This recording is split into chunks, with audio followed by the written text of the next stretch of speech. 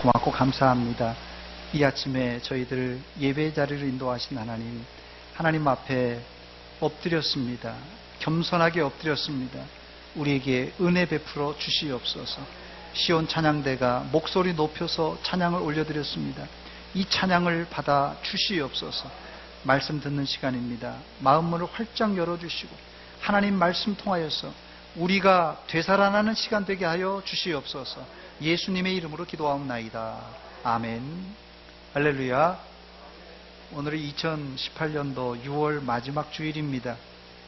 지난 6개월을 돌아보면서 여러분들은 여러분 스스로가 어떻게 생활했는가, 여러분 한번 돌아보시면서 여러분 스스로를 자평해 보시기 바랍니다. 내가 지난 6개월 동안 내 신앙을 평가해 볼 때 내 지나간 6개월 신앙은 이렇다 하는 자평을 한번 해보시기 바랍니다.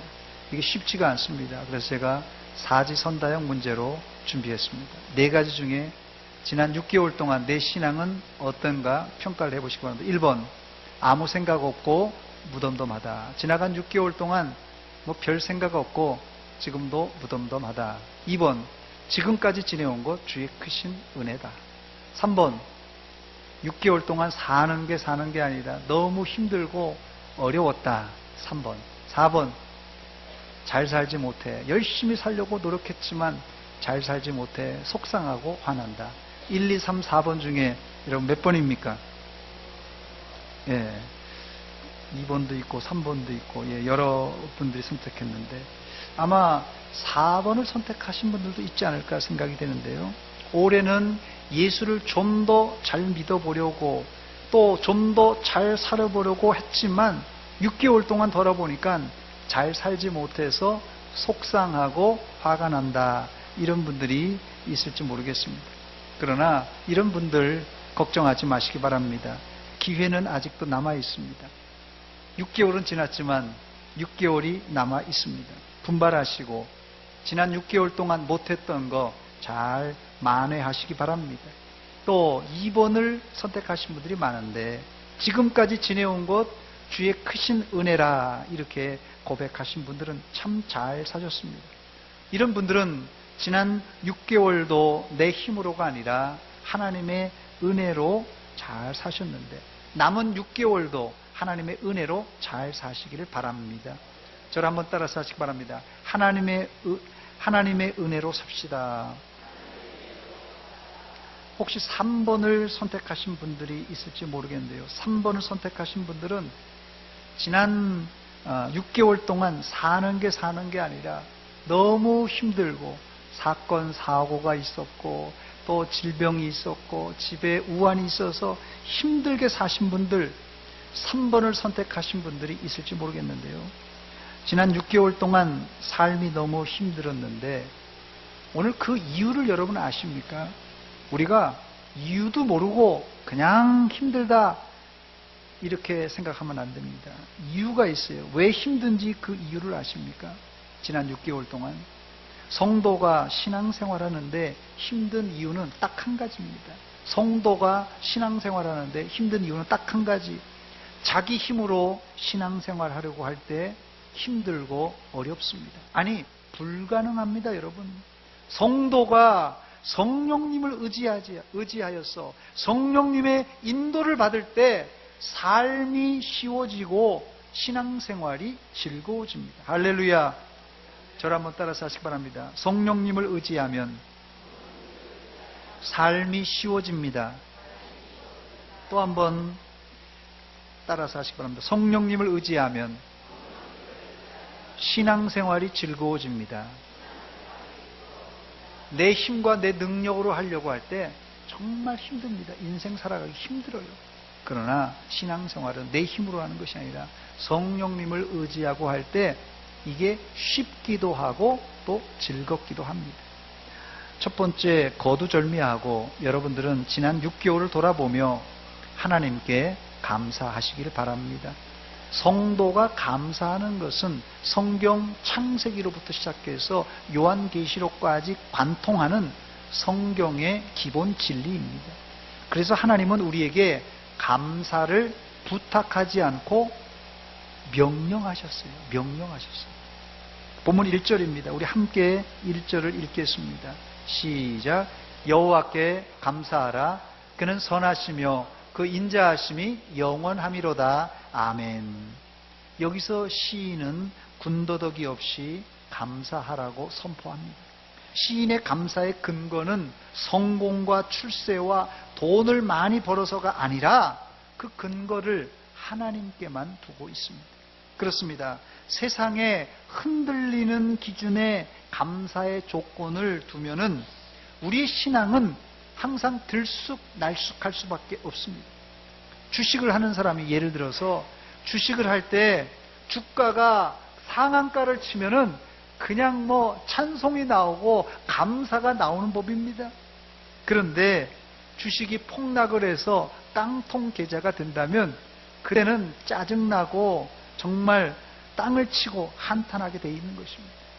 또 우리의 감사의 조건이 육신의 건강에 둔다면 건강할 때야 할렐루야 아멘 하면서 신나게 살지만 몸이 아프고 사고를 만나서 이제 다치게 되면 우울하고 짜증날 수밖에 없습니다.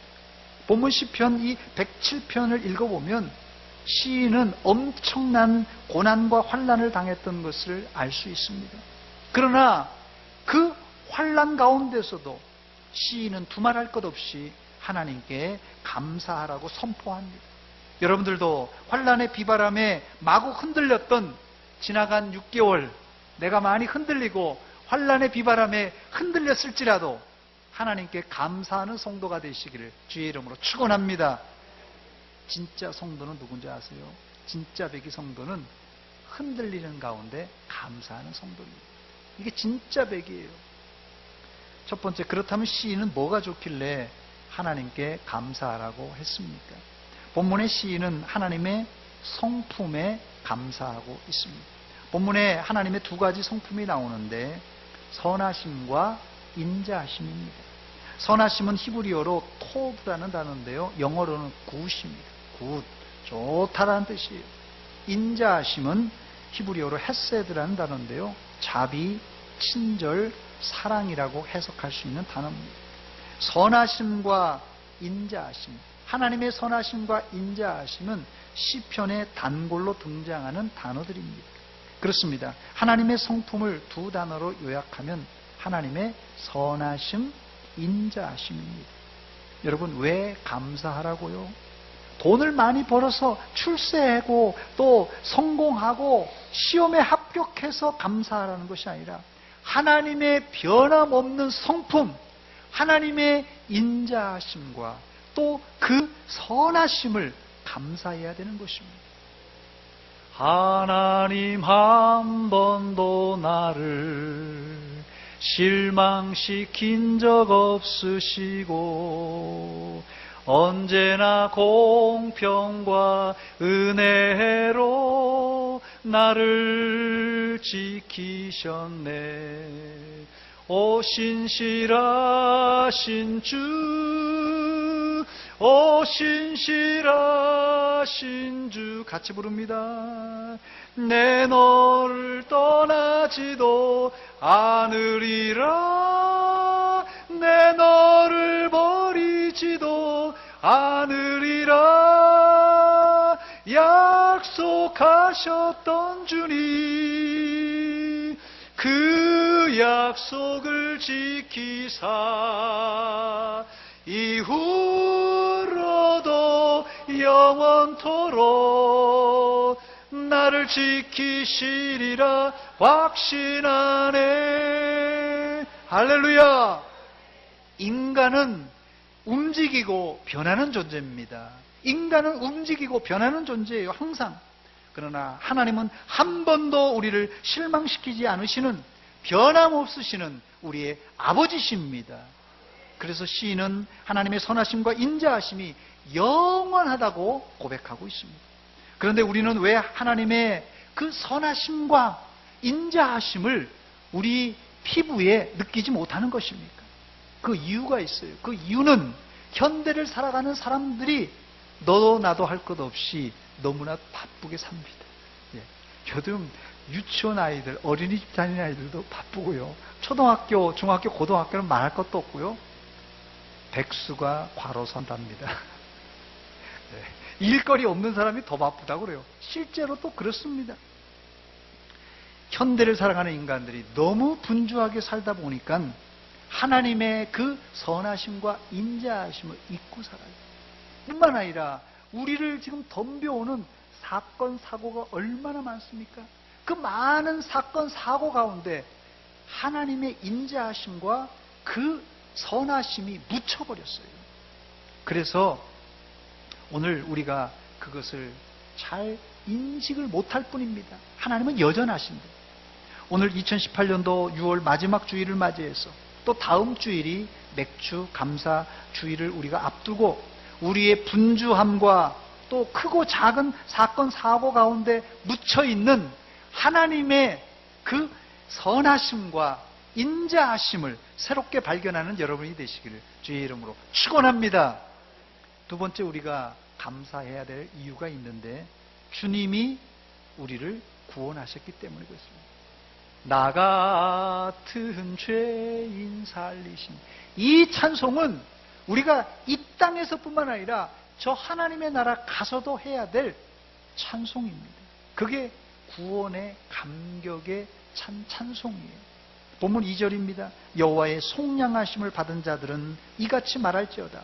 여호와께서 대적의 손에서 그들을 속량하사 하겠습니다.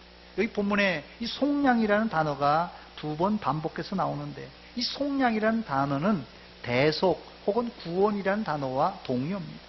이 뜻은 값을 치르고 노예를 사서 해방시켰다는 말이에요. 이 속량이라는 단어의 한자 말의 뜻을 보면은 속자란 말이 바칠 속자에다가 양자는 어질 양, 양민 양자를 씁니다. 이 말은 값을 치르고 노예가 양민이 되었다, 그런 뜻이에요. 우리나라 조선 초기에는 노비가 합법적으로 양민이 되는 길은 거의 막혀 있었습니다. 그러나 중기를 지나 조선 후기에는 신분제도에 큰 변화가 일어나면서 합법적으로 천민이, 노비가 이 양민이 될 수 있는 길이 생겨났습니다.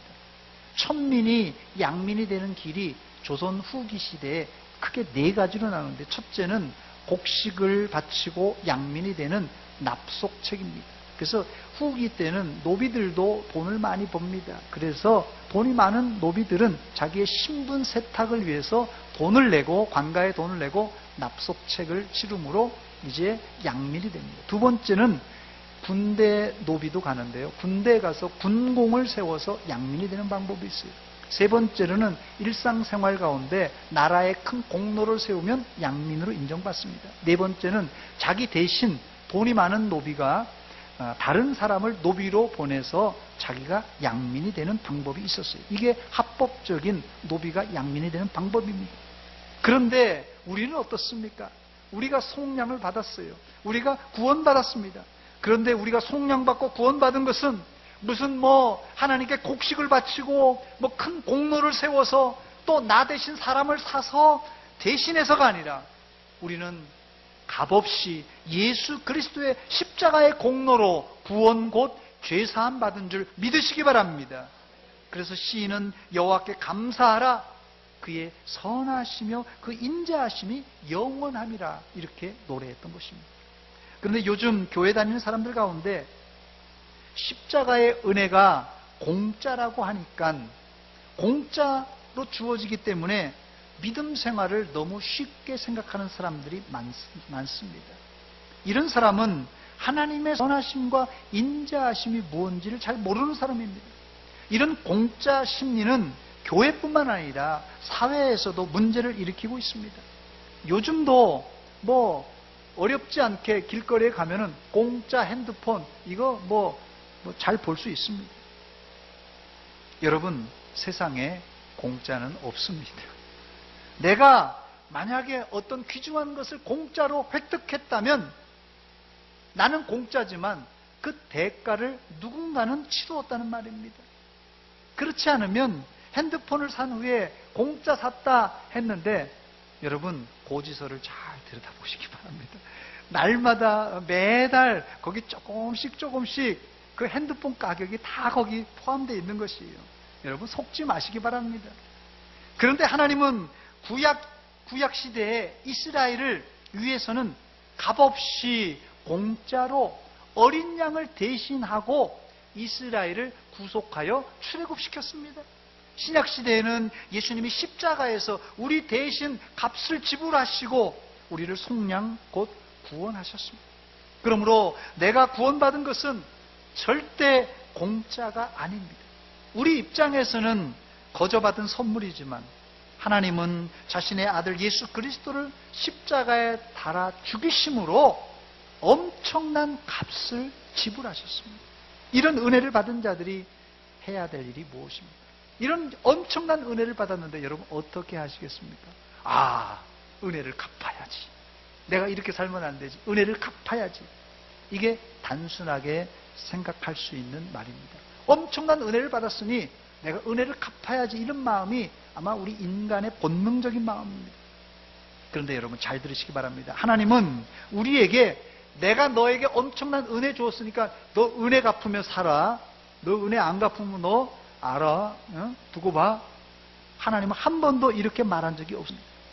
단지 우리는 그 하나님의 은혜에 감사하며 살면 됩니다. 그런데 그 감사조차도 안 하고 입을 싹 씻고 사는 사람이라면 배은망덕한 사람입니다. 저를 한번 따라서 하시기 바랍니다. 하나님의 은혜는 갚는 것이 아니라 감사하는 것입니다. 여러분 분명히 하시기 바랍니다. 하나님의 은혜는 갚는 게 아니에요.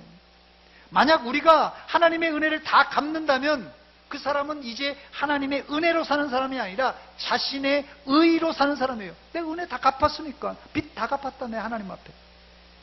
하나님의 은혜는 우리가 다 갚을 수도 없지만은 갚는 것이 아닙니다. 감사하며 사는 것이에요. 제가 고등학교 다닐 때입니다. 그때는 교복을 입고 다닐 때죠. 겨울 교복은 그냥 이 호크가 달린 새카만 교복. 우리 청년들이 알지 모르겠어요. 그날따라 제가 좀 늦게 학교에 등교했습니다. 교문 앞에 딱 들어가려고 하니까 교문 앞에 학생들이 웅성웅성한 거예요. 그때가 겨울철 가까울 때라서 불조심 강조 기간이었습니다. 그래서 저희 교복 오른쪽에다가 불조심 강조 기간이라는 요 리본을 달고 들어가야 돼요. 안 그러면 선생님한테 딱 걸립니다. 요즘은 이게 교복 입고 이런 거 리본 달고 다닙니까? 예? 동산 중학교가 안 다나요? 이거 불조심 이런 거. 예. 우리 학생들 이거 아는지 모르겠어요. 교복 입고 여기다가 불조심 뭐라고 하면서. 근데 제가 그걸 갖다 깜빡한 거예요. 당시 가지고 있던 돈을 한번 찾아봐도 일전 한 푼이 없어서 문방구 앞에서 서성거리고 있는데 마침 제 친구 김동호라는 친구가 오는 겁니다. 이 친구는 제 학교 동창이기도 하지만 교회에 같이 다니는 친구예요. 동호에게 제 사정을 이야기하니까 이 친구가 불조심 그 리본을 2개 사서 하나는 자기가 달고 또 하나는 저에게 직접 가슴에 달아주는 것입니다. 저는 너무 미안해서 친구야 미안해 내일 갚을게 이렇게 말하니까 이 친구가 저에게 이런 말을 하는 것입니다. 친구야 미안하다고 하지 말고 고맙다고 해. 그러고는 그냥 가는 거예요. 자기. 저는 그 친구의 호의를 빚으로 생각하고 갚으려고 했지만은 그 친구는 날 위해서 공짜로 리본을 사서 달아주고 간 것입니다. 그렇습니다. 친구의 호의에 미안하다고 해서는 안 되고 고맙다고 해야 합니다.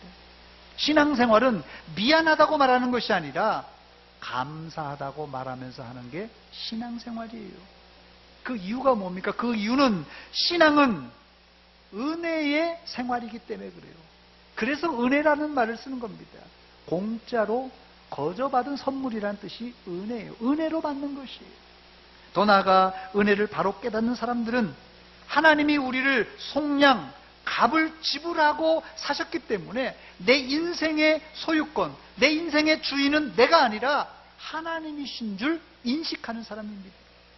예수님이 십자가에서 우리 죄값을 다 지불하셨고 우리를 사셨기 때문에 예수님은 이제 우리 인생의 주인이 되셨고 우리의 왕이 되셨습니다. 이게 은혜를 감사로 사는 성도의 태도입니다. 그런데 오늘 본문 보니까 어떤 상황에서 하나님은 이스라엘을 속량 구원하셨습니까? 당시 이스라엘은 회생 불가능한 상황이었어요. 그러나 하나님은 기적적으로 이스라엘을 속량하시고 구원하셨습니다. 그 증거가 뭡니까? 보면 3절에 나오는데 동서남북 각 지방에서부터 모으셨도다. 동서남북 각 지방에서부터 모으셨다.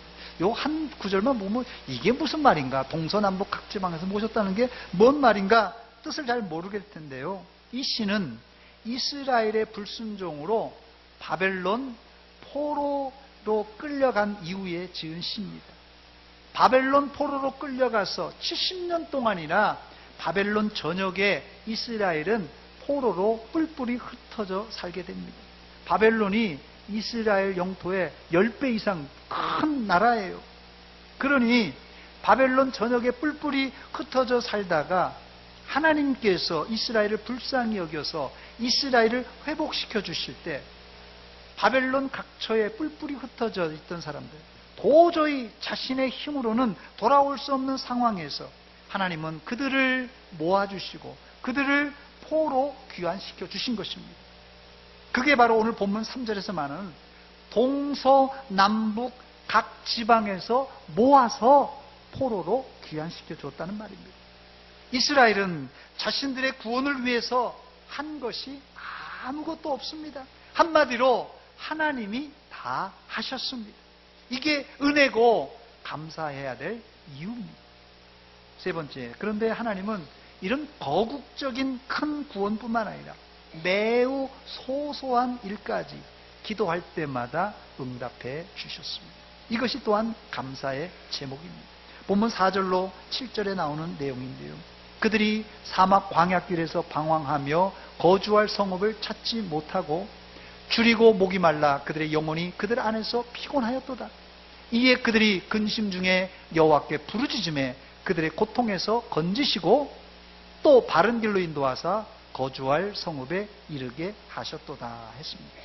본문 4절로 7절의 내용은 과거 이스라엘이 출애굽할 때를 연상케 하는 구절입니다. 출애굽은 단순히 애굽을 빠져나오는 것으로 완성된 것이 아니라 출애굽 이후에 40년 동안 광야에서 생존하는 과정이 더 중요합니다. 여러분, 마치 어머니가 아이를 출산하는 것도 죽을 힘을 다해서 출산하지만 사실은 출산 그 고통은 짧지 않습니다. 그러나 이 40년 기간이라는 것은 아이를 양육하고 키우는 이 작업은 훨씬 더 어렵습니다. 이런 이치예요. 그래서 출애굽해서 반짝해서 홍해를 가르는 것은 순간이었어요. 그러나 광야 40년 기간 동안 이게 물 없는 광야 사막에서 사는 것은 더 어려웠다는 것이에요. 40년 기간이란 어느 누구에게나 만만한 기간이 아닙니다. 40년은 한 사람의 일생 가운데서도 상당히 긴 기간을 말합니다. 요즘 현대 사회에서도 하루가 멀다 하고는 크고 작은 사건 사고가 터지는데 40년 동안 200만 명이 넘는 이스라엘이 광야에서 별의별 일을 다 만났을 것입니다. 실제로 이스라엘의 출애굽 여정은 본문 4절로 7절에 나와 있듯이 광야 사막길이라고 말합니다. 지난번에도 제가 이 중동 광야 사막길에 대한 설명을 잠깐 드렸는데 이 중동 광야 사막길은 여름에는 거의 낮에는 50도가 넘는 숨을 제대로 쉴 수 없는 더위를 견뎌야만 되고 겨울철에는요 살을 에이는 밤에 살을 에이는 이 추위가 엄습하는 곳이 이 광야 사막길입니다. 문제는 그 길에서 시인은 방황하고 또 헤맸다고 고백하고 있습니다. 그런데 사실 하나님은 광야 40년 동안 이스라엘을 낮에는 구름기둥으로 밤에는 불기둥으로 인도하셨습니다. 그런데 왜 시인은 하나님께서 인도하셨는데 왜 방황했다고 기록하고 있습니까? 그 이유가 있습니다. 그 이유가 뭡니까? 광야 사막길에서 너무나 오래 이렇게 지내다 보니까는 40년 동안 불기둥과 구름기둥이 그들을 인도하고 보호해 주었음에도 불구하고 그들은 피부에 느끼질 못한 것입니다. 그래서 길을 잃고 방황했다는 표현을 쓴 것입니다. 그도 그럴 것이 그들은 실제 40년을 거주할 성읍을 찾지 못하고 사막에서 빙글 돌다가 40년을 마감했던 것입니다. 그래서 그들은 본문 5절에 영혼조차 피곤했다고 그렇게 고백합니다. 줄이고 목이 말라 그들의 영혼이 그들 안에서 피곤하였도다. 이게 바로 광야 트라우마입니다. 광야 트라우마. 이 광야 트라우마는 육신뿐만 아니라 우리의 영혼까지도 지치게 만듭니다. 우리가 인생 살아가면서 광야와 같은 인생 살아가면서 질병이 닥쳤을 때 이 몸만 아픈 게 아니라 마음도 아프고 영혼도 아픈 법입니다, 여러분. 이때 이스라엘은 근심 가운데 살 수 있는 방법을 발견하게 되는데 그것이 뭡니까? 하나님께 부르짖는 것이었습니다. 본문 6절 우리 함께 읽어보겠습니다. 시작. 이에 그들이 근심 중에 여호와께 부르짖음에 그들의 고통에서 건지시고 아멘. 인간은 등 따시고 배부르면 누구나 하나님께 간절히 기도하지 않습니다. 그래서 때로는 우리에게 불어닥친 환난의 비바람이 오히려 하나님께 기도할 수 있는 재료를 주어서 감사할 수 있는 것입니다. 여기 시인은 근심 중에 하나님께 부르짖어 건짐받았다고 기록하고 있는데 만약에 이스라엘이 광야길을 걸은 것이 아니라 그냥 평탄한 길, 소위 얘기하는 꽃길만 걸었다면 그들이 광야에서 기도했겠습니까? 그 꽃길에서 기도했겠습니까? 만약 꽃길만 걸었다면 이스라엘이 가나안 땅에 꽃길만 걸어서 들어간다면 아마 가나안 땅에 들어가기도 전에 교만하고 타락해서 멸망했을 것입니다. 이스라엘 백성이 특별히 나빠서가 아니라 누구나 등 따시고 배부르면 기도 안 하고 또 타락하게 되어 있습니다. 그러므로 지난 6개월 동안 여러분들이 설령 꽃길을 걷지 않고 고난과 핍박과 환난의 바람을 이제 맞았을지라도 불평하지 마시고 오히려 나에게 기도할 수 있는 동기를 주신 하나님께 감사하시기를 주의 이름으로 축원합니다. 여러분, 기도하면 제일 먼저 떠오르는 게 뭐예요? 기도하면 하나님이 응답해 주셔야지. 내가 기도하면 무조건 하나님이 응답해 주셔야지. 우리는 응답을 떠오릅니다. 그러나 하나님은 기도 그 자체, 우리와의 교통, 교제를 더 원하십니다. 만약 기도의 목적이 응답에만 있다면 우리가 편안하고 꽃길만 갈 때는 뭐 기도할 필요가 없어요. 뭐 다 풍성한데 기도할 게 뭐 있겠어요. 그러나 기도의 목적은 응답이 아니라 응답도 있습니다만은 더 중요한 것은 하나님과 교제하고 교통하고 연결되기 위해서 이 기도가 필요한 것입니다. 그래서 우리는 응답에 상관없이 평생을 살아가면서 기도해야 하는 존재들입니다. 끝으로 네 번째, 시인은 감사를 넘어 찬송했습니다. 감사를 넘어 찬송했습니다. 본문 8절입니다. 여호와의 인자하심과 인생에 행하신 기적으로 말미암아 그를 찬송할지로다. 이 구절이 8절에 나와 있는데요. 15절, 21절, 31절에 반복해서 이 한 시편에만 4차례나 똑같은 구절이 기록되어 있습니다. 4번이나 광야길에서 이 시인은 찬송하라고 말합니다. 왜 찬송하라고요? 인생에게 행하신, 우리에게 행하신 기적으로 말미암아 찬송할지라고 말합니다. 감사하는 사람의 최종 목적지는 찬송입니다. 그래서 찬송을 신앙의 꽃이라고 말합니다. 신앙생활하면서 찬송이 입과 마음에서 안 나오는 사람은 꽃은 꽃인데 향기가 없는 꽃입니다. 감사가 넘치는 사람은 당연히 찬송이 나와야 정상입니다. 그렇다면 시인이 말하는 기적이란, 여기서 말하는 기적이란 구체적으로 무엇입니까? 뒤에 설명이 나오는데요. 본문 14절, 16절입니다. 흑암과 사망의 그늘에서 인도하여 내시고 그들의 얽어맨 줄을 끊으셨도다. 그가 논문을 깨뜨리시며 쇠빗장을 꺾으시미로다.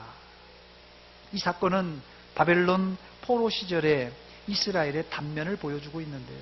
이스라엘은 바벨론에서 소망 없이 흑암 중에 그늘 가운데 살았던 사람들입니다. 그런데 하나님은 이스라엘을 얽어매고 있는 바벨론 식민지의 줄을 끊어버리시고, 더 나아가서 16절에는 논문을 깨트리시며 쇠빗장을 꺾어버리셨다고 말하고 있습니다. 당시 2500년 전에 이 놋과 쇠는 굉장히 귀한 재료입니다. 2500년 전에 논문과 쇠빗장은 매우 귀한 재료로서 적을 막는 가장 견고한 수단이었어요.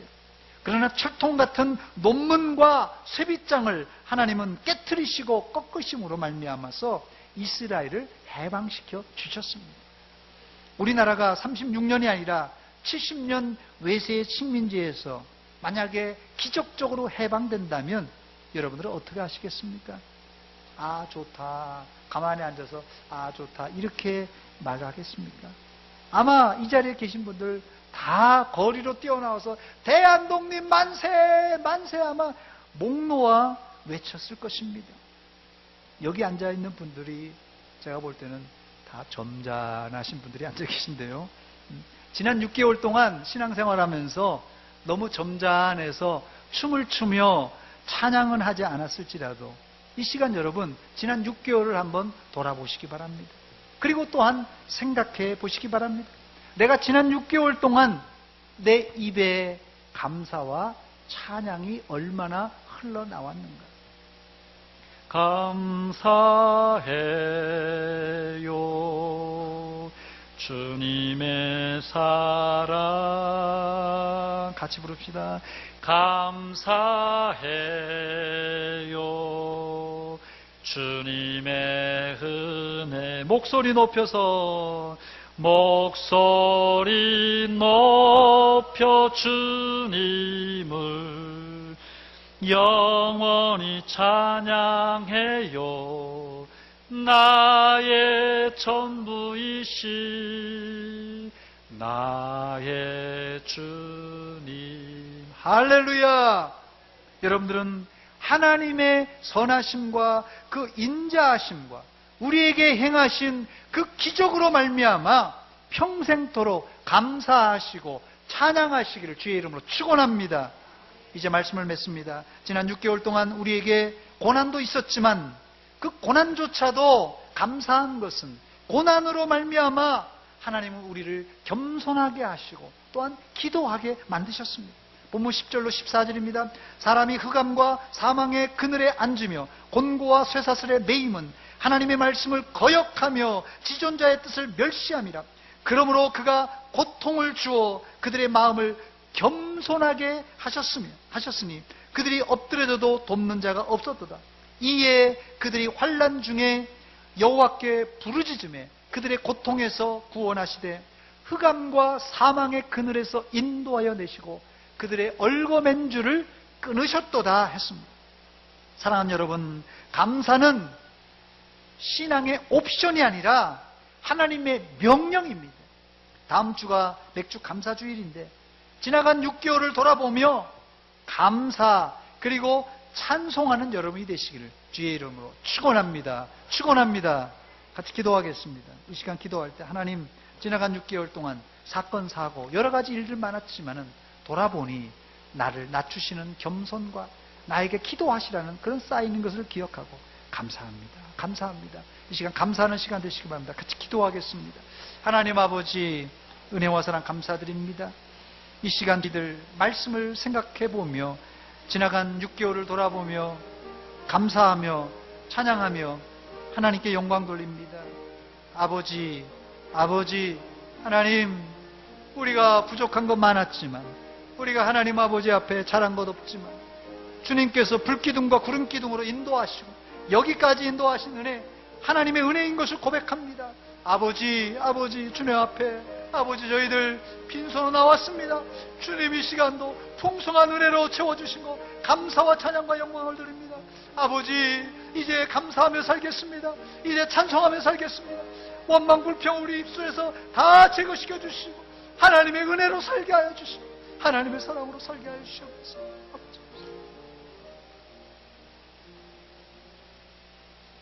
하나님 아버지, 은혜와 사랑 감사드립니다. 저희가 무엇이 간데 값없이 공짜로 우리를 구원해 주시고 속량해 주셨습니까? 이제 우리가 하나님의 은혜 갚을 뿐 아니라 감사하며 살고 찬송하며 사는 삶이 되게 하여 주시옵소서. 예수님의 이름으로 기도하옵나이다. 아멘.